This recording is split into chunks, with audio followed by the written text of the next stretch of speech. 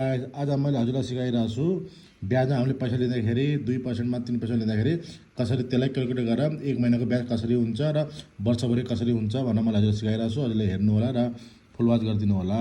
हेर्नु हामीले अब कोसँग 50,000 रुपियाँ ब्याज लिएछौँ भने त्यसलाई 50,000लाई पहिले लेखेर इन्टु गर्नु। इन्टु गरेपछि हामीले कति पर्सेन्ट लियौँ 2% लियौँ र 2 लेखेर फेरि इन्टु गरिदिनुहोस्। इन्टु गरेर कति महिनाको लिन लागेछौँ 1 महिनाको हिसाब पहिला 1 महिनाको हामीले जोडौँ ल।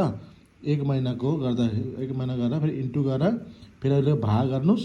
भाग गरेर यहाँ 100 हाल्नु होला के 100 रुपियाँ 100 हालेपछि हेर्न सक्नुहुन्छ हजुरले होइन 50,000को हामीले 2% लिँदाखेरि 100 हाल्दाखेरि यति भयो भन्दाखेरि अब हामीले हामीले 1 वर्षको निकालौँ है।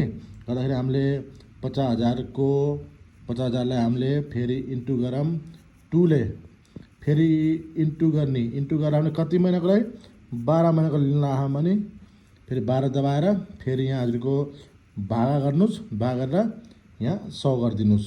यसले अब कति देखाउँछ हेर्नुहोस् देख्नुभयो ठ्याक्कै आउँछ। जति पनि होस् के चाहे 3% 4% आयो भने त्यति नै मैले भने जस्तै गरिदिनु। हजुर कति महिनाको सबै वर्ष गर्ने भयो जति 16 गर्ने भयो 16 महिना कति हुन्छ 15 गर्ने 15 महिना कति हुन्छ 2 वर्ष कति हुन्छ सबै त्यसमा आउँछ होइन। त्यही भएर हजुरले गरिदिनु होला र मेरो च्यानललाई सपोर्ट गरिदिनु होला, सब्सक्राइब गरिदिनु होला र लाइक गरिदिनु होला, अरू सेयर पनि गरिदिनु होला। सब्सक्राइब गर्न केही पैसा लाग्दैन र बटन उङ्गलाले थिचिदिनु होला। धन्यवाद। अरू राम्रो भिडियो पनि म हजुरलाई देखाउनेछु। थ्याङ्क यू धन्यवाद।